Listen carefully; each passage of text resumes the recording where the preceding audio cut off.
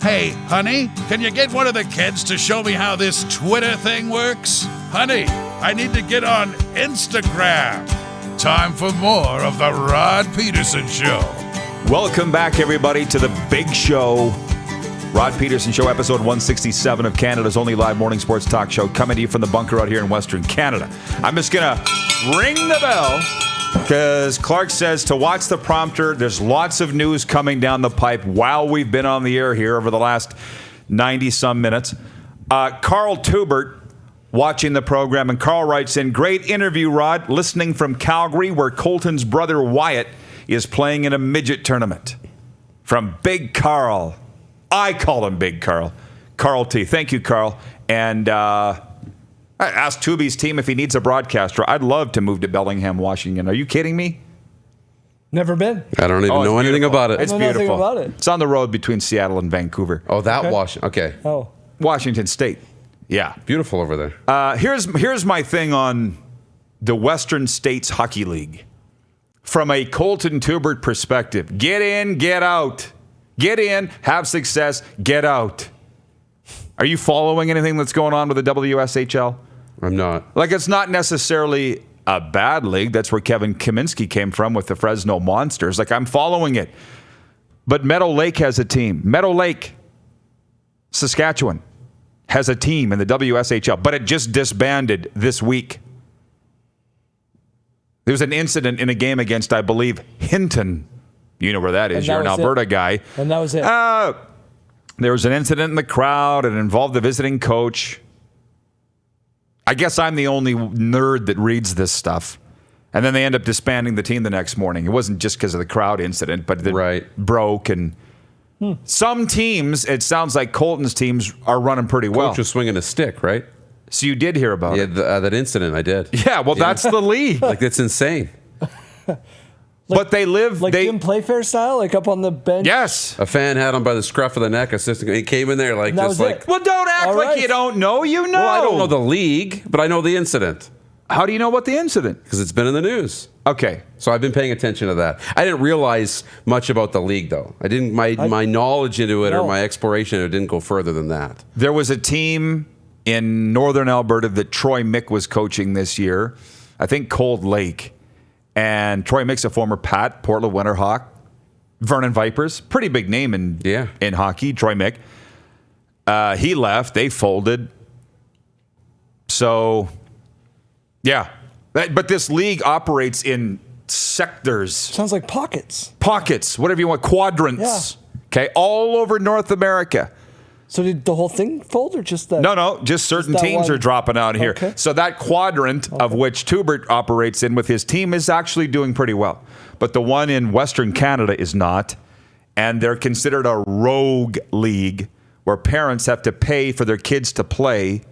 And the Hockey Canada and the SHA sent out an edict to all players saying, if you play in this league, you will not be recognized by Hockey Canada. You know, we used to have to sign cards to play. Do you remember we used to have to do that? Player cards. Yeah. Yeah. You cannot be signed to a card in Hockey Canada if you play in this league. Oh. Oh, yeah. It's somewhat fascinating. You're really up on this. These are the things that interest me. All right. Yeah, here it is from Nelson. How do you know about this, Nelson? Look at Nelson. He's the encyclopedia of rogue junior hockey teams. The Barhead Bombers, the Cold Lake Hornets, the Edson Arrows. Great team names right off the hop. Oh, yeah. Well, the Arrows. If I'd have had time with Rachel Holman, because we were talking about other things in Paradise Hill, but her husband is a junior coach in St. Paul, Alberta. Oh. Does St. Paul have a team in the AJ? Or it might be in this league. I'm not sure. But her husband is a junior hockey coach, Rachel Holman. St. Albert? Like the no, St. Paul. St. Paul. I'd have to look it up. Yeah. See what you're learning, Daryl? You know what? They say you learn one new thing every day. My day's over. That's it. I'm going home. Blowing it out of the water. He's going home. Back to bed. Put your feet up. You've won the day. Yeah. Oh, okay, Clark. I'm glad you put this up here. So, Mick, mind-blowing here emoji. Breaking news. Major announcement from an Edmonton football team. We would like to welcome Kavis Reed to the club. offensive coordinator of Edmonton Wildcats. Junior football. Dun. That's interesting. Mick Pankow watching the show, and he says, Kavis Reed is Eskimos offensive coordinator? Wow. No, Jerry. The Edmonton Wildcats. You know this is going to be 24 hours of people thinking it's the Eskimos. Yeah. An Edmonton 48. team is signed. Yeah. Oh, my gosh. Edmonton. He's going to Edmonton as the offensive coordinator. This is the greatest thing to ever happen to the Wildcats. People are going to go to their website. No, it is. It's really good for the Wildcats. It's really great. Publicity stunt. Yep. Yeah. Interesting. Publicity, period. Super interesting for Kavis. Yeah. You know, we talk about what realm do you put yourself in, and, you know, making that move and deciding to go to the CJFL, it's humbling. It's humbling for Kavis Reed, who's the Canadian Football League general manager, coach. He's done it all. Real humbling for him. But he wants to stay in the game, wants to prove he can still be a coordinator, maybe get back to the CFL.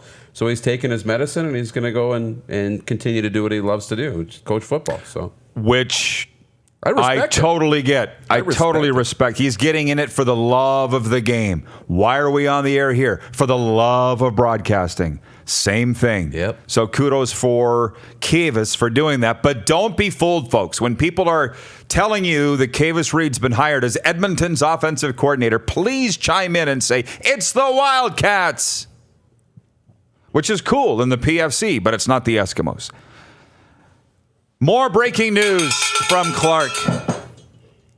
You had enough? Cowbell. You had enough? Great cowbell. It's not anywhere near the proximity of my ear, so that's great. Do you know why cows wear horns? Or why they wear bells? Because their horns don't work. That's an old farm joke there. Milestone.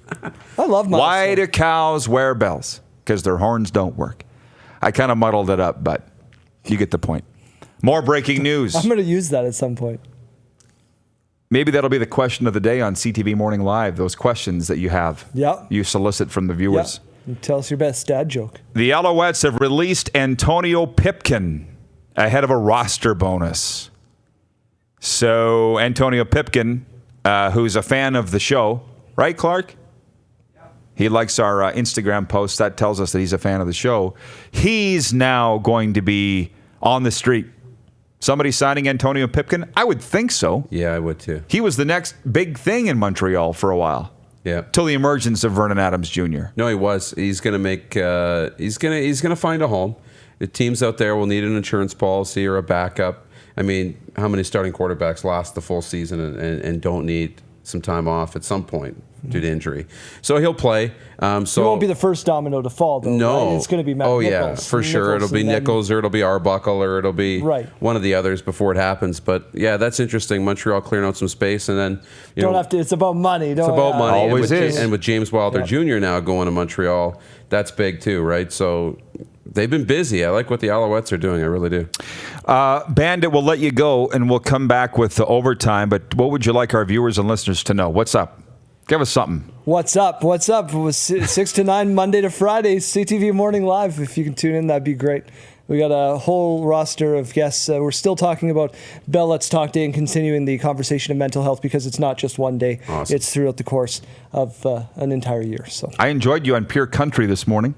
thanks. 92.7. Yeah, I'm making the rounds. You sound good in Now I'm here. FM. This is Yeah, he's on fantastic. vacation. This is what this guy does on vacation. Yeah.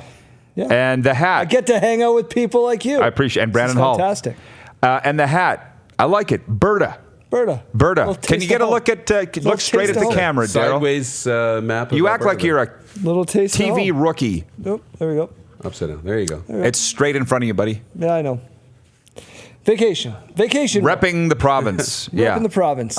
Yeah, well, it's kind of like the good old Sasky stuff that we wear, right? Yeah. Yep. Good stuff. I've been looking for something that says home. Okay. All right, Bandit. Appreciate the time. Appreciate your time. Thank you so much, gentlemen. We'll be back with the overtime segment in a moment. This is the Rod Pedersen Show on Facebook Live and listen live at rodpedersen.com. He's covering everything that matters to you. It's the Rod Pedersen Show. Tune in live Monday to Friday, 10 a.m. to noon to catch the show live and be a part of the action. Take control by commenting live and sharing the show with your friends.